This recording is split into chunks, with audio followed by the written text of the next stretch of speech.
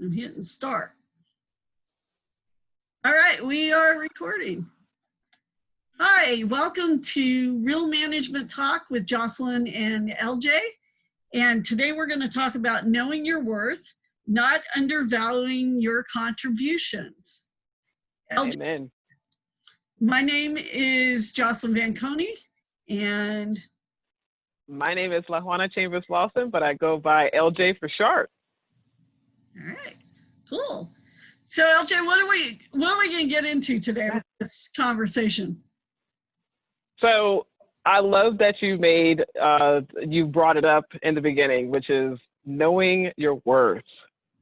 Knowing your worth. That's got to be our topic today because, we're at the end of the week, and I think that that's something that we need to share a lesson learned around, because I know between the two of us, we are constantly, for years, we've been talking about this particular topic, and we have a lot of war stories. We have a lot of positive and negative things to share as it relates to just knowing your worth, and we constantly struggle with that. So I think that that's something that we can talk about today from both experience and passion. Yeah, I think that's really great. I mean, I agree with you. We got a lot of it's a constant thing that we struggle with as business owners. Life even outside of running businesses like we both do. And it's a constant thing that I think most people struggle with. A lot of times we say that women struggle with it and men don't, but that's not true. At least in my experience with a lot of the folks that I've worked with over the years, men struggle with it too. It's just a different type of struggle. And would you say that it comes up a lot in, well, two areas? One is if you're an entrepreneur, in how you initially probably do your pricing, and two, right. if you're working for somebody. And today we'll talk a little bit about probably more working in a nonprofit business type of environment than the for-profit. But if you're working for somebody, also not negotiating out for how much you're really worth to the bottom line. Mm-hmm. Absolutely. I mean, even with some of the ventures that I mentor, these new business owners, they're founders of these awesome novelty sort of concepts and ideas. They struggle all the time with their fee schedule. How much should I charge for this particular product that I am working on and that I would like to deploy, or how much should I charge for professional services, right? I do accounting and I do it very well. How much should I charge an hour, And I think with knowing your worth, what that means is it's not just about going out and doing a quick sort of Google search for what someone who's in an industry similar to yours is charging for that particular service. That's not what we're talking about. We're talking about knowing your worth. What we're saying is what is it gonna take to make sure that your bottom line is met, that you're fed, right? That you're not having to deal with, oh, well, I can't pay my utilities this month because I didn't charge enough from this particular client to make sure that I was taken care of. That's what we're talking about. We're talking about the price and not the cost. And I think, especially as we're starting to build out fee schedules, we forget that part of knowing your worth is making sure that you are understanding what your budget is on a monthly basis just to live and just to survive, right? Right. That's what we're starting with. We're starting that's there. Hugely important. Yeah, no, it's really important. I mean, I know for myself and my family, and I've always loved numbers and like that. And even though I've had a business for 19 years and, a lot of those years I was working for others and side hustling, as I say before, right? But one of the things I always struggled with it was how do I price this? And so you have a tendency, and we all have a tendency to look at what everybody else is doing. But for me, what I wasn't taking into account was all my years of experience, all the things, all the ways that I've showed various types of businesses, nonprofits, for-profits, their founders, because I'm like you, I work with a lot of small business founders, how to you know, do that. And when I realized that I wasn't doing it myself, and that I was making a critical error that we often make, right? Which was I would bid something out, and I might include myself and just bid it out as me. Or if I had somebody else also assisting with that, I might only bid their time in it. And so that creates a cash flow problem, right? As we know. Right. And in the current situation that we've all been living through for the last 8 weeks, at the time you and I are having this talk, that really becomes critical. And the first thing you have to do is you have to figure out what is your monthly expenses on your personal side. It's not even business. If you have a business, then the second is what your absolute have to have expenses to keep that business running. You've got to know those numbers so that you can set. That's the truth. You know, you don't just build out a fee schedule that's just based off of, you know, what your competitor is offering and you're trying to beat them. You know, you've got to, if you're going to be business minded and be business savvy, you've got to cover costs. You've got to cover costs to operate, costs to do business. That's what people got to understand, you know? And but another part, go ahead, sorry. Oh, no, well, I was just going to think in relating it to nonprofits in particular. Let's talk for about a minute and a half here about the nonprofits a little bit and what we've seen in this short, you know, in all the years that you and I've worked with it. How many years that really is, right? But, you know, the number one thing that I see a lot of times when people come to me for help with their nonprofit business is not only is the founder not paying themselves, which that's probably a whole other discussion that we'll probably have at some point, but, you know, they're not really paying anybody else. They're not actually running. They're so busy trying to like raise money to provide some type of service that they're not taking into account any of the rest of that. So what do you think about that? And you know, that's, I was talking earlier with a friend of ours, a mutual friend of ours about that. And the bottom line is that we've got a real problem. When we think about the nonprofit industrial complex, we call it that because of this, right? Because there's this, this understanding that, or this lack of understanding that it takes for you to take care of people and their families in order for your beneficiaries to receive whatever it is that you are hoping to provide to them, right? How are you to provide a service to beneficiaries, but you can't even take care of the people that are providing that service? To me, you know, it's something I've never been able to wrap my mind around, and I'm glad that I can't, because I think that that's really a problem. It's a rotten problem with our nonprofits and how they're operating nowadays. They're not thinking about overhead and taking care of the people who take care of everyone else. You've got to start with taking care. It's just like in the school system. You've got to take care of your school campus. If you take care of your teacher will take care of that student. If you think that you're just going to somehow get services directly to the student and you don't have to take care of the teacher, you're sadly mistaken. And I think that that's a lot of how we think about with our nonprofits, because we're so mission and vision oriented that we really lose sight of the fact that, especially for startup nonprofit businesses, and I love that you make the distinction and say nonprofit business, because that's what it is.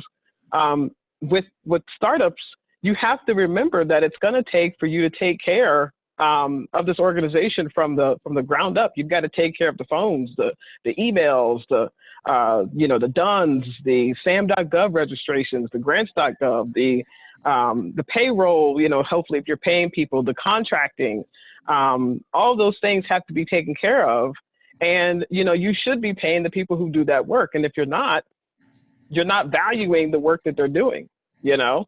Right. And that's part of the issue that I've seen with a lot of these nonprofits, especially local to where we're operating in Bexar County. There just isn't, the value just really isn't placed on the sacrifice that's made to take these organizations to the next level. You know, it's not easy work, but I don't think that we're all very clear on just how much sacrifice, time, and effort goes into making these things happen. Right. Well, no, you're absolutely right, and they really don't. They don't do it at all. And that's the one thing about what's happening now. You're not just seeing it in with for-profits that honestly, some of them we've seen close. I know from my experience of working with business owners, small business founders in particular, and nonprofit organizations all of these years like I have, that a lot of them are really closing right now because they never learned this. And that's not necessarily their fault from the standpoint of a lot of them that I worked with, they did go to, all of the normal sources to learn about being in business and everything. But the truth is, none of it gets taught. You kind of get taught, here's how you read your financials, here's how you set your budget. Right. But you don't get taught the rest of it, how to really figure out where you're, what do you have to cover just to keep the bare doors open? And by the way, what do you have to pay your folks in order to, let them live too? That's right. The revenue streams, especially on nonprofits, are, it's a slightly different revenue structure for sure. And it depends on some things that maybe if I'm selling a business or service as a for-profit, I'm not necessarily objected to that because you get the government stuff, you get the contract stuff, you get the donors in there. And it is a different structure in how the revenue comes in, but the underlying business principles are still the same. And so exactly. I know the one thing that, really aligned you and I way early on a few years back was the fact that, we think of nonprofits as businesses because that's what they are. You have to set up your business formation at the state level. And then, whether you decide to ever go get whatever type of 501c status you get, unless you happen to fall in that 509 category. But whatever of those two that you get and whatever that status is, it's simply a tax status. That's all it means. And it means that you're only going to pay taxes on certain types of things, and you'll be from income tax on everything else. And so I think that that's part of the big misconception.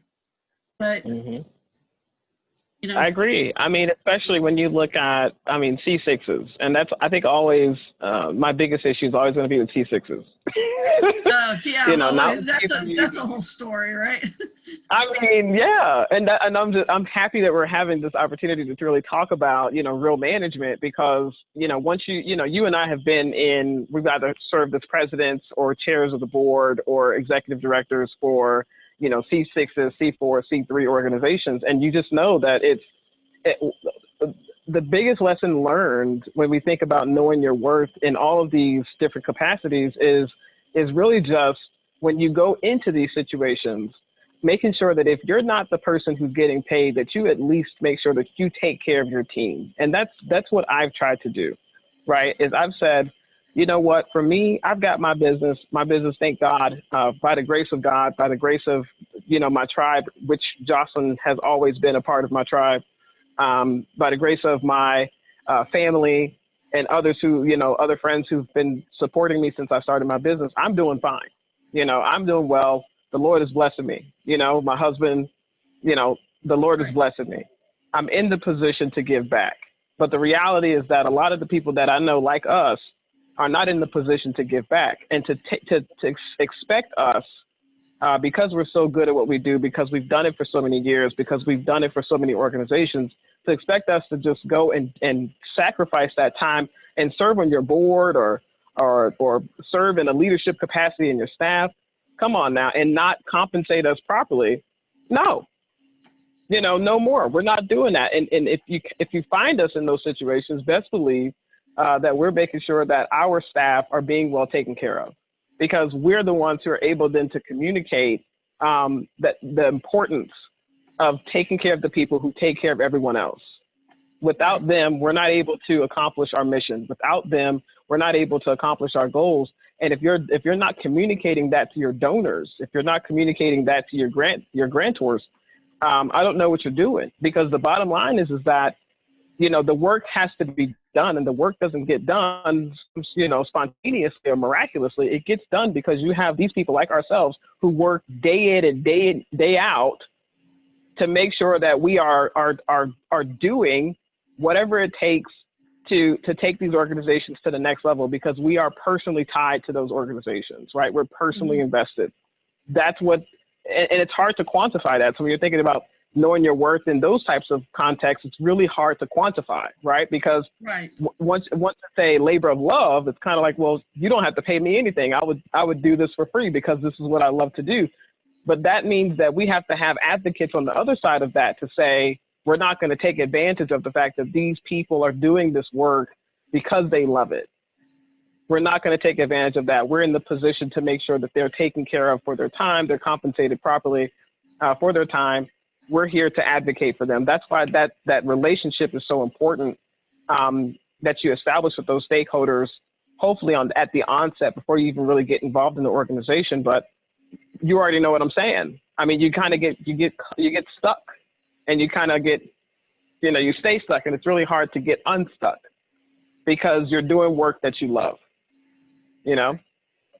Well, no, I totally know. And I completely know where you're coming from. I mean, the thing that honestly, running nonprofits, C4s, C6s, and C3s, and there's very few of them that I've been involved with. I mean, I'm feel very blessed with the ones that I work with now. Really early on, I mean, for me, you know, I didn't even know my worth. So they go, oh, we're going to pay you this. I mean, if you knew what my first salary as an ED was, you'd be like, oh my gosh, why did you take that, right? But the thing is, you know, I didn't really know what my worth was, except that, or I didn't think of it in that terms. I mean, I didn't think of it in that terms. You know, I went, oh, well, this is kind of what the average is, and this is this, except that about a year later, when I had turned that entire organization around, and we literally went from having about 3 months worth of operating money in the bank to a lot more than that, you know, I went back to the board and I was just like, this is what y'all are paying me. Because someplace in that, I realized that, you know, I wasn't actually getting compensated like I should have been compensated for what I was doing. And I was very lucky at that time to have some really good mentors to talk to who helped coach me through that. And where I was finally able to see it myself, and well, wait a second, there's something really wrong with this picture, right? On the other side of it, though, I think what you brought up, though, brings up a bigger problem that we've seen, and you've heard me say this since we met 3 years ago about, you know, and you became a part of my tribe too, which there is such a scarcity mindset. And yes, it's at least 75 years worth of scarcity mindset. And I have literally seen people who run really, really, really successful companies come onto nonprofit boards and suddenly go, oh, we don't have the money for that. Oh, we can't pay anybody that. And they won't actually work to help solve the situation. And it's always been so weird to me. And they're like, well, it's a nonprofit. It runs differently. Well, how's it run differently? Because really, the only difference is how the majority of the revenue comes in. Right. But yet nonprofits can have what we call earned revenue, which is, you know, that's a whole different conversation we can have. But yeah. So, and how you kind of go get the revenue. But, you know, honestly, it's not really any different than me as a business owner. And I have to go out there and I've got to market. I have to sell somebody, whether it's on, you know, a product or a service. As with my background in economic development like that, I mean, I used to have to go, you know, literally sell like entire geographies and to convince you to locate, you know, abandon where you were and move over to the right side of the line, so to speak, you know, and Right. should locate your company or headquarters, why you should expand with us. All of which, all of that type of selling, as we know, it's just like in a nonprofit. I mean, a lot of times you don't. You're selling. We don't like to use these terms in nonprofit, right? But the truth is you're selling the service that you're going to be providing for others, and that's right. That's where it's really important. But people don't realize that a lot of times, and it's always kind of been a mystery to me. But it gets back to this whole thing about knowing our worth, because when you start recognizing that it needs to function the same way as a business, you start recognizing that, wait, you know, your people are your biggest asset.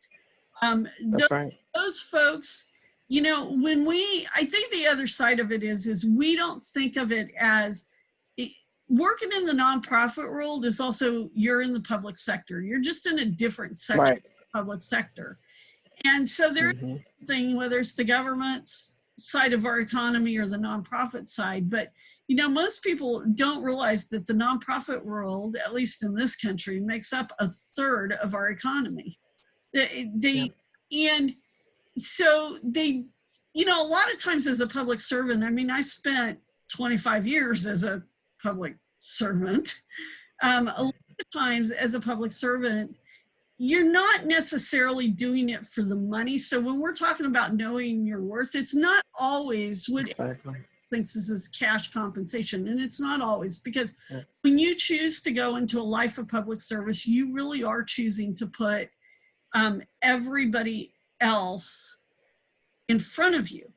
But that's it. We're talking about this a little bit earlier, but you know, like, so Elena Cardone says that when you choose to put on that crown, she calls it the crown of building an empire, because that's her thing. But really, I heard this yesterday, and she was saying, when you choose to put on that crown, what you're really choosing to do, whether it's the king crown or the queen crown, you know, from this point, male, female, whenever we choose to do that, we are actually choosing to put others first. But putting others first, I'm sure you and I are going to have a longer discussion on this for different discussion on this. But choosing to put others first, though, is not saying that you let everybody walk over you either.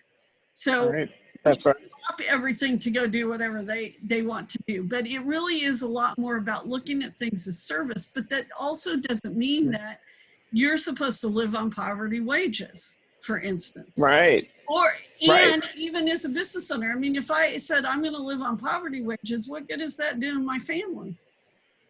None. You know, if I'm not going to pay myself first within the company I own, and pay, you know, those who work with me who are part of my team. Second, it's not that I'm putting them second. I'm not. I mean, at least for me, I take that really seriously. But it's called, if you don't make yourself stable first, you can't grow yourself. You can't grow your business. If you've taken, to me, if you've decided to found a nonprofit in particular where you don't have all that control, because the board as a whole has the control. So that's the difference between like what you and I are doing now. And we know that difference because we cross both worlds all the time. But, you know, you have to take serious the fact that there's other people and that you need to put them first, and that you need to make it so that their families aren't struggling either. Now, I know some people who are listening to this and listening to us have discussion might actually be going, but what about right now? Because the time that we're filming this, at least here in the US, I think we're like in week 9 of someplace between sheltering in place and trying to get economy and everything reopened. So there's been a lot of upheaval, and I can see that legitimate argument, you know, about but.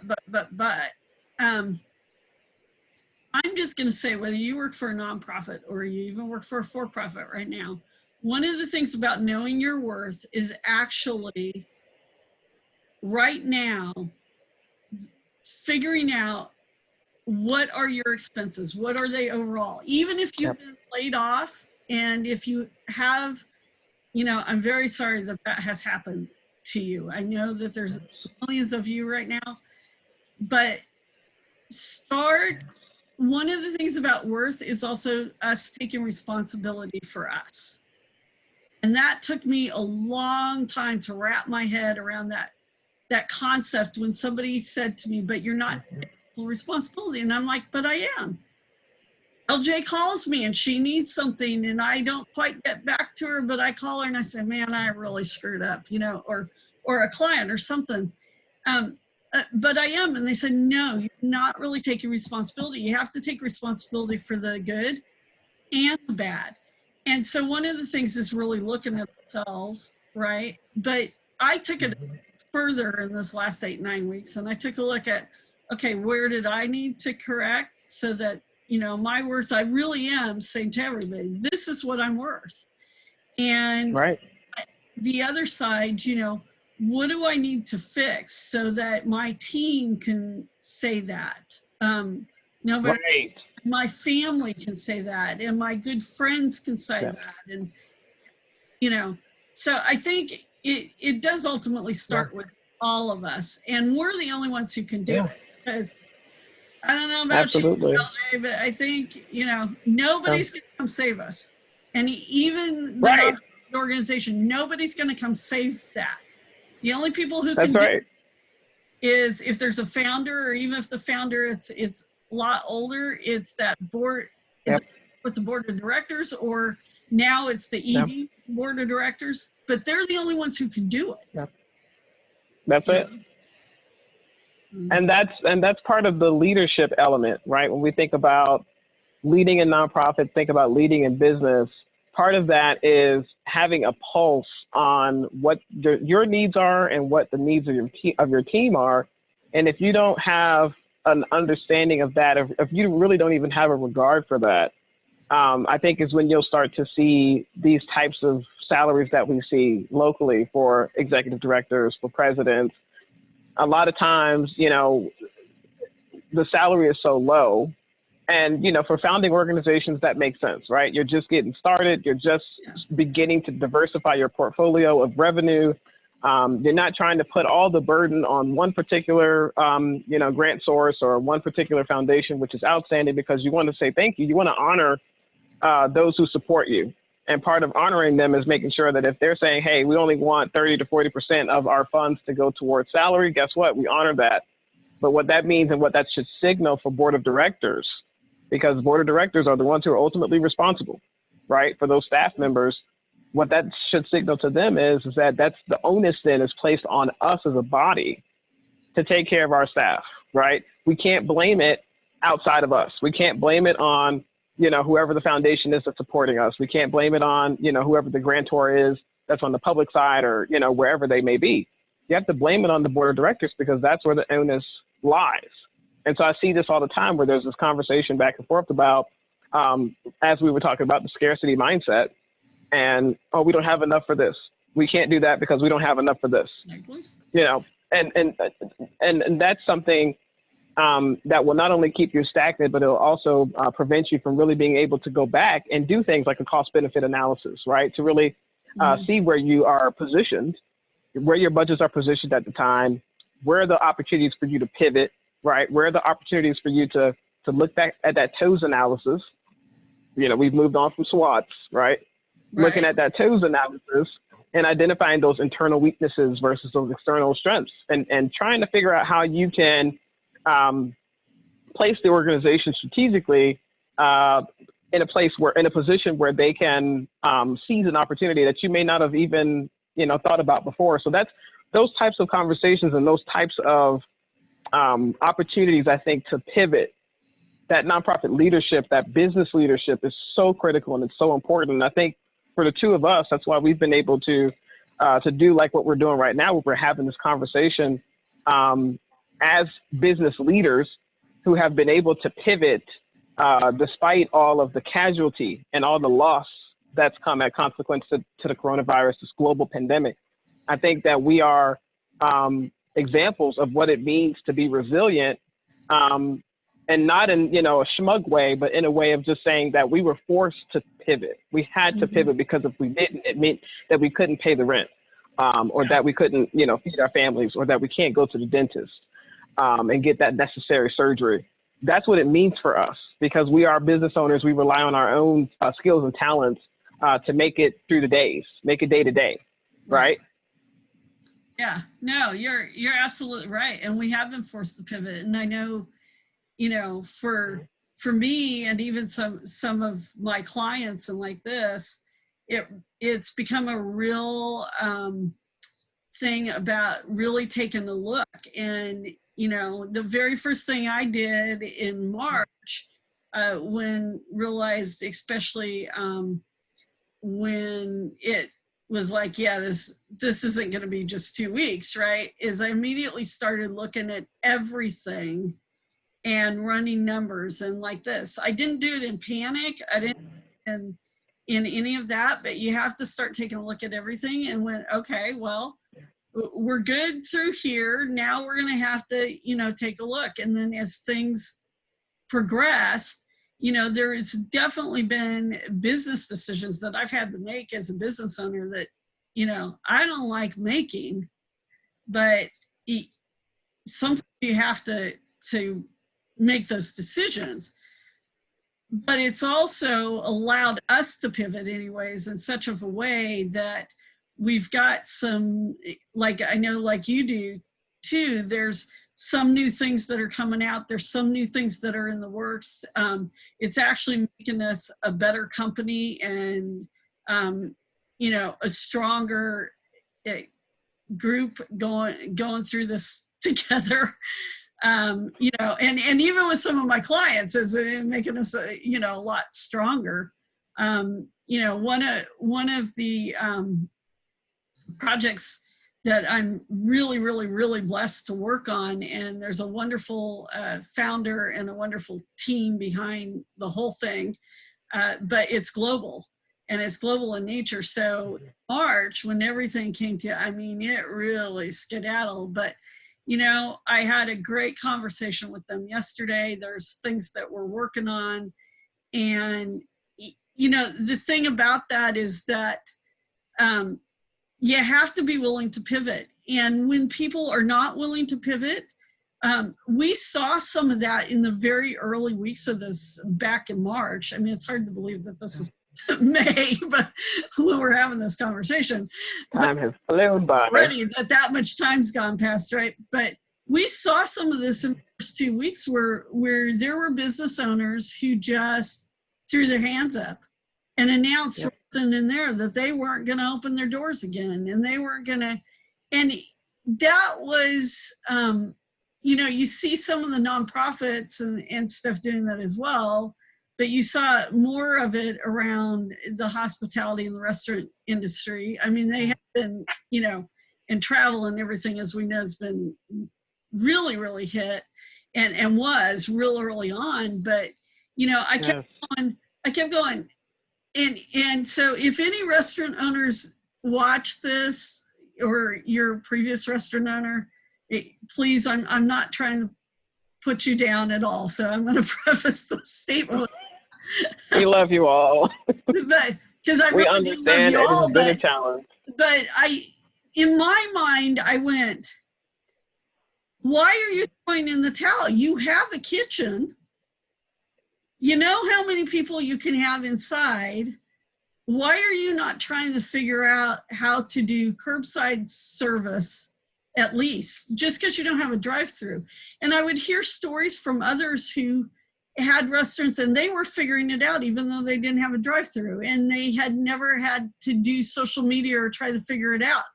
you know, and so I was like, what's making the difference between this and this? And of course, there's things that could happen. Maybe sometimes it literally is that business owner and family has run that thing for so long, and they've really been thinking about, I want to get out of it. And they're just kind of like, we're done, you know, and I mean that, but then too, Jocelyn, I mean, this is why, you know, the professional service consultants, this is why we exist for the most part, because it is very difficult when you really just kind of settle in on it. It's really difficult to process. Okay, what does it take for me to pivot? I've got to be thinking about a cost benefit analysis. I've got to be thinking about opportunity cost. I've got to be thinking about sunken costs. There's so many aspects, so many planning aspects that go into pivoting. It makes sense that a lot of these businesses were not able to possibly just be able to sit and have the right type of advisors, the right type of expertise and mentorship that was already available to them to really be able to say, okay, well, how do I pivot? Help me get through this, right? A lot of people don't have that. And I think that's why for the businesses that we have, and that's why I'm so happy that we're in similar types of business, because I see the direct impact of your work with the nonprofits that I know that you've worked with the businesses that I know that you've worked with. I've seen where they were, and then I saw when you got involved, and I see where they went. Right. And I've seen that growth consultation is not easy. Yeah. Well, and I've seen the it's not easy with the work that you do and the nonprofits and businesses and where they've been and where they've gone. And I think that's the thing. And I think you hit the nail on the head, so to speak, which is that a lot of times folks don't realize that there are folks like us out there that we can coach, we can mentor them, that we have real world experience, that if we say, quite honestly, we are a business coach, and in this case, we're not just business coaches, but we're also nonprofit business coaches as well. Because we are, right? That we're actually backing it up with real world experience and years, decades in this case of experience. It's not some label we decided to throw on ourselves or to, you know, decide that, oh, I'm certified. Well, I am actually a certified coach, but I didn't get certified so I could say I'm a certified coach. Exactly. I did it to improve my skills so I could help the people that I was working with better. And that's right. You know, both of us, we talk about leadership a lot. We have different things that we train on that way. We do, and we use all of this across, you know, well, really, you and I are very unique. And this is the thing I tell people all.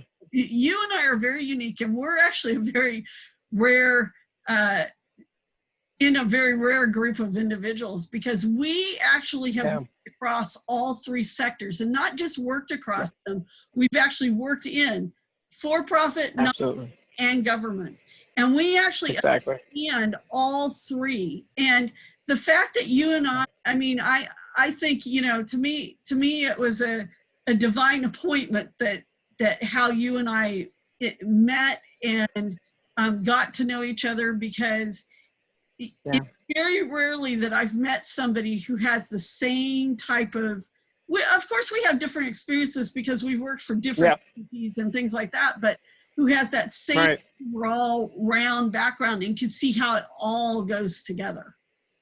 And I think this is why when you and I were talking, we were like, you know, we're just gonna, these are real management talks, and we're just gonna, you know, have these talks, and we're gonna put it out there. And you know, I think that's, you know, that's a lot of it, because we know that anybody who's listening to this, hopefully in the future here, you know, that there's a lot of stuff, and both of us are very giving, and we want to help. And this is one of the best ways that at this moment in time we think we can do it. Although I don't know about LJ, but you know, well, I do know. I should say that. But, I mean, you and I, we always have so much fun, like having these conversations. And you want to tell everybody how this came about, like why we decided to start doing this, because we've had conversations like this for a long time. We've been talking about these types of things, guys. These war stories and lessons learned and best practices. We've been sharing these for years since we've known each other. We just recently settled on Real Management Talks because we wanted to be able to speak from experience. And I think that a lot of times, people get a lot of advice in a lot of different places. And I'm not, neither one of us, we're not disparaging that advice. I just think that it means something different when you get it from people who are literally eye deep in these same sort of struggles and challenges that you're dealing with on a daily basis, trying to put together board of directors, trying to put together staff, and trying to take care of your staff, take care of your board of directors, take care of the beneficiaries that you serve. That work is very difficult, and it's not something that either one of us take lightly. So I think this is our opportunity to really make sure that we had the chance to communicate that to the public in a very fun and relaxed sort of environment. Right. And right now that relaxed sort of environment's kind of in our offices and stuff that is a little bit out of whack at the immediate moment, just with all the changes over the last 8 Exactly. Guys, this is who we are, and I want to thank you for joining us. We actually plan to have more of these talks.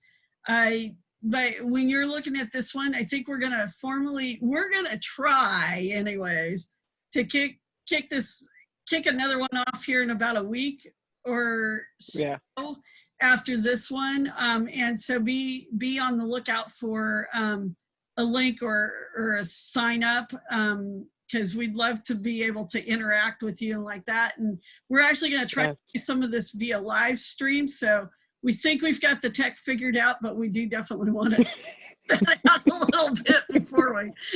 We've got the IT project management side of the house going all right. Yeah, exactly. So you may see us kind of jumping in and out live just a little bit for like less than 5 minutes. This is video casting and podcasting, LJ and Jocelyn style. So this is how we're doing it, because this is how we roll, guys. I mean, we really are. So, but when you're watching this, if you have any comments, please drop them in the links, or if either one of us can assist you, please do that. We promise that we will get back to you no matter which feed or whatever it's on. We're both going to be monitoring everything. Some of it we're able to monitor together, some of it we've got to do separately, but we will make sure that we get back to you. If you have suggestions for other things that you might like us to talk about, we welcome suggestions on that too. And hey, this has been fun. I've had fun with this. Yes, it has. I'm looking forward to the next one. Woo-hoo! Well, here we go. We're gonna try to do the next one. We're gonna make sure this one gets loaded. So figure that out. So guys, we're gonna let you in on a backside too. See, you see everybody, but we both like tech and we know quite a bit about tech. The truth is we're just trying to keep this as simple as possible, and in-house, no fancy cameras, no fancy graphic designs, some plain thumbnail designs and things like that. So you're getting the raw footage as as our AV, the real deal. Yes, as our AV folks would tell you, you're getting the raw footage. This is not edited. That's something that we can do, but it kind of goes into that other discussion we may have someday about what you should and should not be doing as founder of a company. But we've decided to just keep it really real. So you got any final things you want to say? I am looking forward to our next talk. I'm so excited that we're doing this. I think that this is just a wonderful way for us to kind of give each other, it's cathartic, right? It's just an opportunity to give to each other and to give to other people who are in similar spaces and, you know, might be wanting to join in these types of talks at some point later on. So I'm happy that we're doing this, and I see that this will be extremely valuable to everyone. Well, thanks. All right, guys, it's been great. We'll catch you on our next talk. Thanks. Bye. Peace out.